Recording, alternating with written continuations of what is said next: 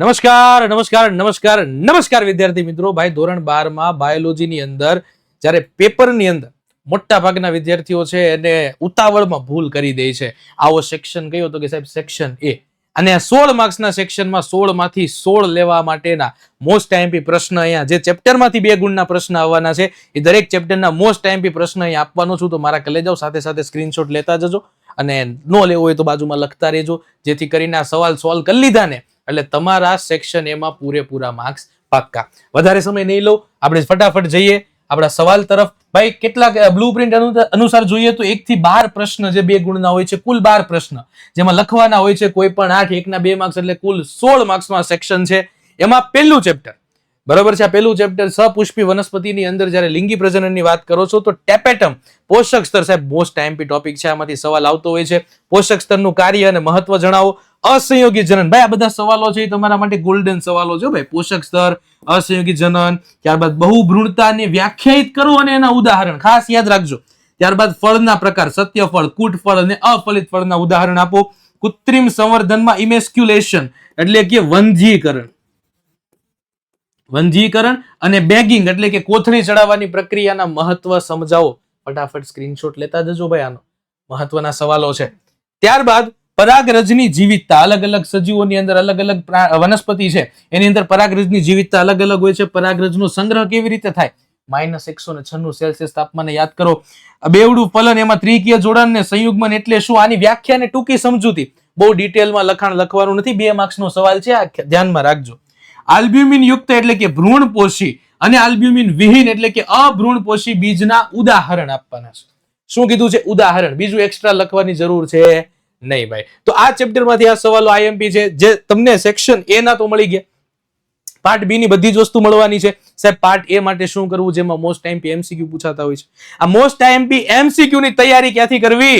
તો એના માટે આપણે ભાઈ લાવી ચૂક્યા છીએ તમારા માટે હેતુલક્ષીમાં પ્રહાર, જેમાં સબ્જેક્ટ વાઇઝ, જેમાં ફિઝિક્સ, કેમેસ્ટ્રી, મેથેમેટિક્સ અને બાયોલોજી પર સબ્જેક્ટ માત્ર ને માત્ર 99 રૂપિયા.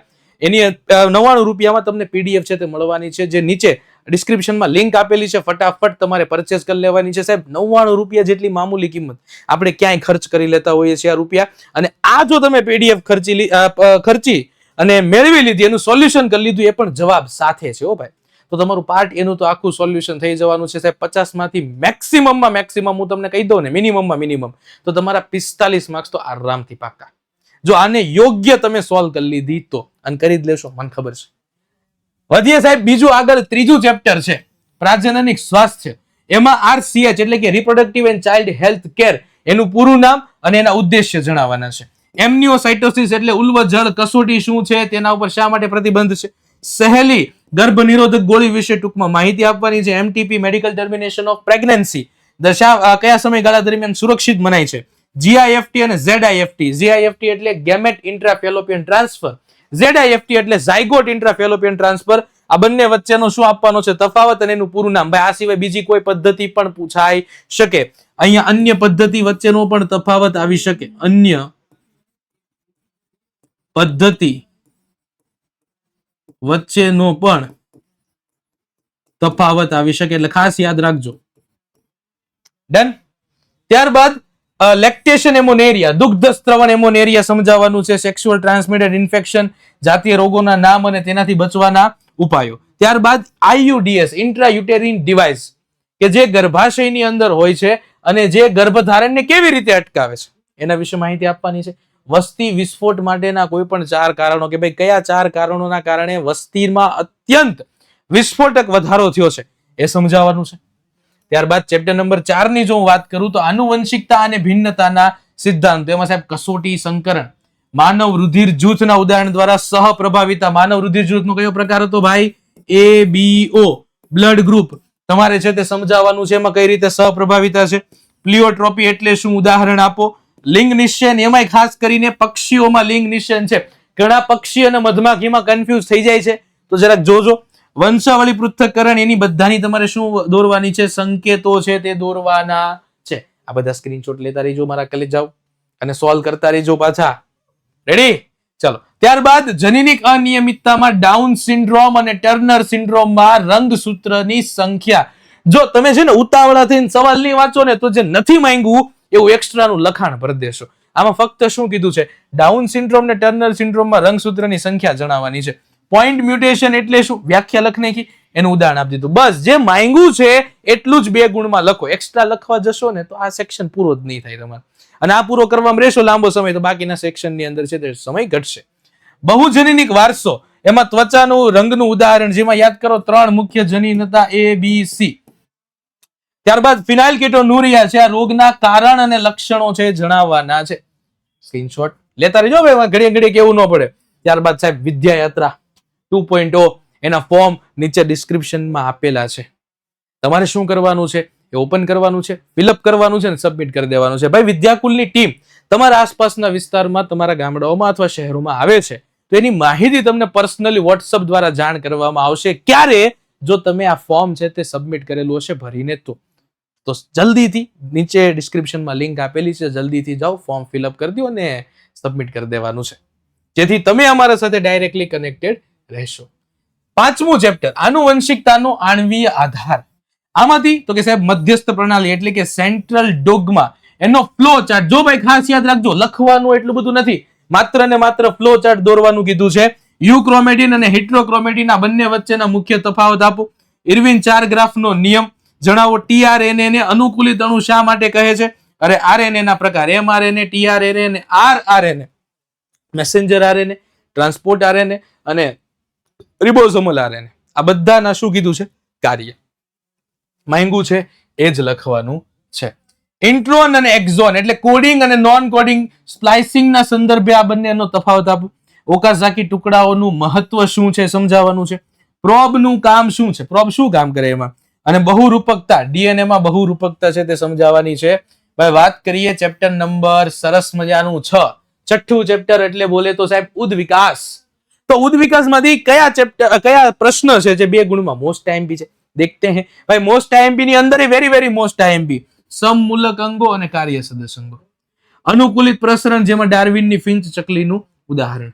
હાર્ડી અને વેઇનબર્ગનો સિદ્ધાંત, જે બીજગણિતીય સમીકરણમાં અસર કરતા પરિબળો આપવાના છે. અને સ્થાપક અસર, જનીન વિચલન અને સ્થાપક અસર તમારે સમજાવવાની છે. ત્યારબાદ ઔદ્યોગિક મેલેનિઝમ, જે ઇંગ્લેન્ડમાં ફૂદાના ઉદાહરણ દ્વારા સમજાવવાનું છે. આર્કિયોપ્ટેરિસ કયા 2 વર્ગને જોડતી કડી છે, એના ઉપર તમારે ધ્યાન આપવાનું છે. હોમો હિબિલિસ અને હોમો ઇરેક્ટસ, બાય આઈએમપી માં very very very most IMP. એના મગજની ક્ષમતા અને બિગ બેંગ થિયરી શું સમજાવે છે. ભાઈ આ સવાલો 6થા ચેપ્ટરમાં ખાસ કરી લેજો. અને કેટલાને 6થું ચેપ્ટર થઈ ગયું છે અથવા તો આગળના જે ચેપ્ટર જોયા એમાંથી તમારે કેટલા સવાલો થઈ ગયા છે કમેન્ટમાં જણાવતા રહેજો ભાઈ. મને જલ્દીથી કહેજો કમેન્ટમાં કે ભાઈ સાહેબ અમારે એટલા ચેપ્ટરો આમાંથી થઈ ગયા છે, એટલે કોઈ ચિંતા કરવાની જરૂર છે નહીં. અમે સારામાં સારા માર્ક્સ છે તે આરામથી કવર કરી લેશું. ભાઈ ચિંતા કરવાની જરૂર નથી. વિદ્યાકુલ હંમેશા તમારી સાથે છે. જ્યાં પણ અટકો ત્યાં આપણે વિદ્યાકુલ ગુજરાતી સાયન્સ ઉપર આવી જજો, તમને એનું સમાધાન છે તે મળી જશે. ઓકે ચાલો, કીધું ને હમણાં કે વિદ્યાકુલ ગુજરાતી સાયન્સ ઉપર આવી જજો. કેમ આવવાનું કહું છું? કારણ કે ક્વોલિટી એટલે વિદ્યાકુલ છે, ટોપર એટલે વિદ્યાકુલ છે. અને કેમ ન હોય સાહેબ, આપણી આ ચેનલ છે, તમે એટલો બધો પ્રેમ આપ્યો છે, એટલો બધો સપોર્ટ આપ્યો છે, હજી આ સપોર્ટ ચાલુ જ રાખવાનો છે. કારણ કે હજી તો જેમ જેમ પરીક્ષા નજીક આવશે એમ તમારા માટે મહા સેશન નહીં હો ભાઈ, મહા સેશનો આવવાના છે. બરોબર, એવી સરસ મજાનું પ્લાનિંગ તમારી પરીક્ષાને ધ્યાનમાં રાખીને થઈ ગયું છે કે તમે વાત ન પૂછો. બસ તમારે માત્ર ને માત્ર શું કરવાનું છે, આપણી ચેનલને સબસ્ક્રાઇબ કરી દેવાની છે. એના જે પણ લાઈવ લેક્ચરો આવે છે એની અંદર જોડાઈ જવાનું છે. જે પણ રેકોર્ડેડ લેક્ચર આવે છે એ જોઈ લેવાના છે. બધું જ તમારા કામનું આવવાનું છે. એકે વસ્તુ રહી ન જાય એ માટે સબસ્ક્રાઇબ કરી દેજો. અને નોટિફિકેશન નું બેલ આઇકન છે ભાઈ એ પણ શરૂ કરી દેજો, જેથી લેક્ચરની માહિતી તમને યોગ્ય સમયે મળી રહે. ડન. ચલો ભાઈ 7મું ચેપ્ટર માનવ સ્વાસ્થ્ય અને રોગો. આમાંથી કેવા પ્રશ્નો પૂછાય છે તો કે સક્રિય અને નિષ્ક્રિય પ્રતિકારકતા, જન્મજાત પ્રતિકારકતાના અંતરાયના નામ આપવાના છે. એન્ટીબોડીમાં H2L2 એટલે 2 હેવી અને 2 લાઇટ વેઇટ ચેઇન, અને ઇન્ટરફેરોન્સ, જેમાં વાયરસ ગ્રસ્ત કોષો દ્વારા મુક્ત થતા ઇન્ટરફેરોન્સ નું કાર્ય જણાવો. ત્યારબાદ ઉપાર્જિત પ્રતિકારકતામાં B લસિકા કોષો અને T લસિકા કોષોનું કાર્ય. આ મોસ્ટ આઈએમપી સવાલો છે ભાઈ, જે 2 ગુણમાં વારંવાર છે તે ક્યાંક ને ક્યાંક પૂછાતા હોય છે. તો ध्यान से इन सबको देखने का बीडू लोग, ध्यान से देखोगे तो समझ में आएगा, और जब समझ में आएगा तो कुछ उसमें से लिख पाओगे. તો આ બધા જ સોલ્વ કરી લેજો ભાઈ, પછી બીજું કઈ કરવાનો પ્રયત્ન કરજો, પણ પહેલા આ બધા તો થઈ જ જવા જોઈએ. કરી લેજો, કારણ કે આમાંથી જ આવવાનું છે. કરી લેજો. ત્યારબાદ કેન્સરની સાધ્ય ગાંઠ અને અસાધ્ય ગાંઠ વચ્ચેનો તફાવત, એલર્જી માટે જવાબદાર રસાયણો ખાસ કરીને હિસ્ટામાઇન અને સેરોટોનિન અને એન્ટીબોડીઝ જણાવો.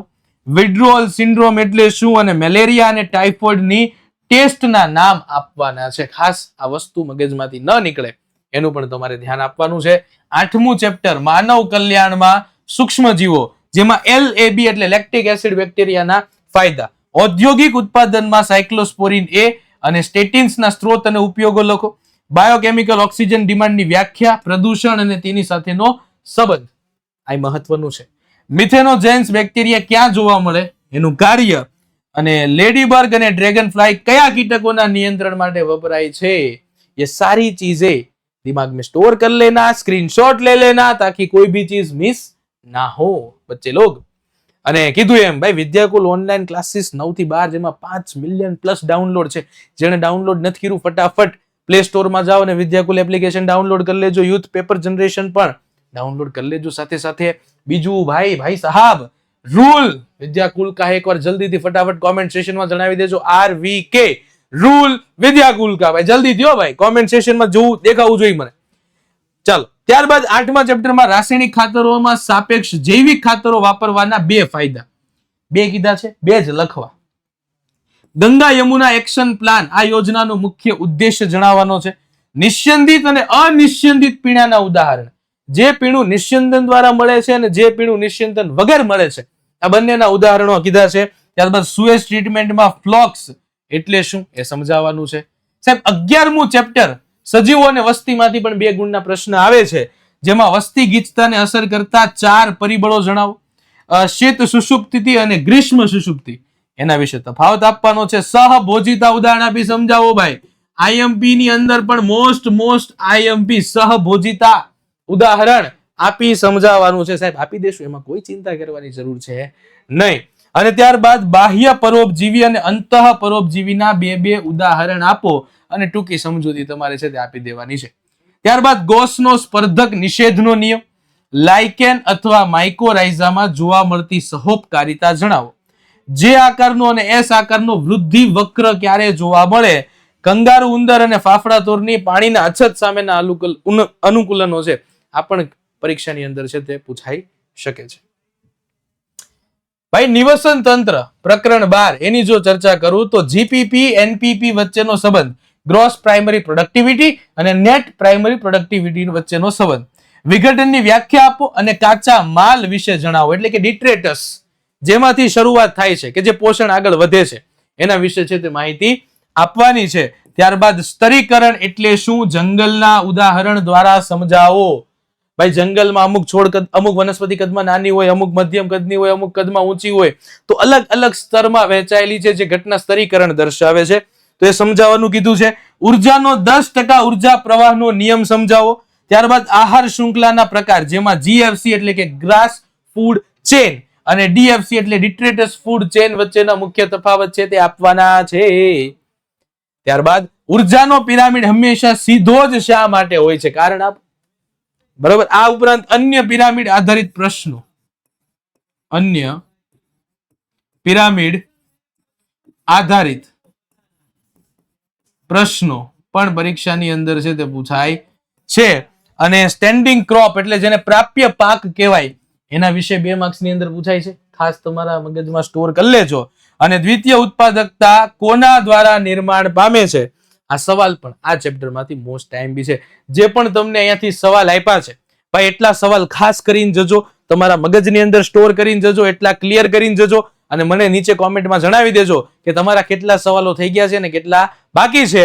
એટલું કરી લ્યો એટલે તમારા સેક્શન એનો ડર શું થઈ જાય છે સંપૂર્ણ રીતે દૂર. અને આવા જ બીજા IMP વિડીયો માટે આપણી ચેનલ વિદ્યાકુલ ગુજરાતી સાયન્સને સબસ્ક્રાઇબ કરવાનું ભૂલતા નહીં. મળીશું બીજા IMP લેક્ચરમાં. ત્યાં સુધી જય હિન્દ, જય ભારત, વંદે માતરમ, જય શ્રી ગરવી ગુજરાત. રાધે રાધે.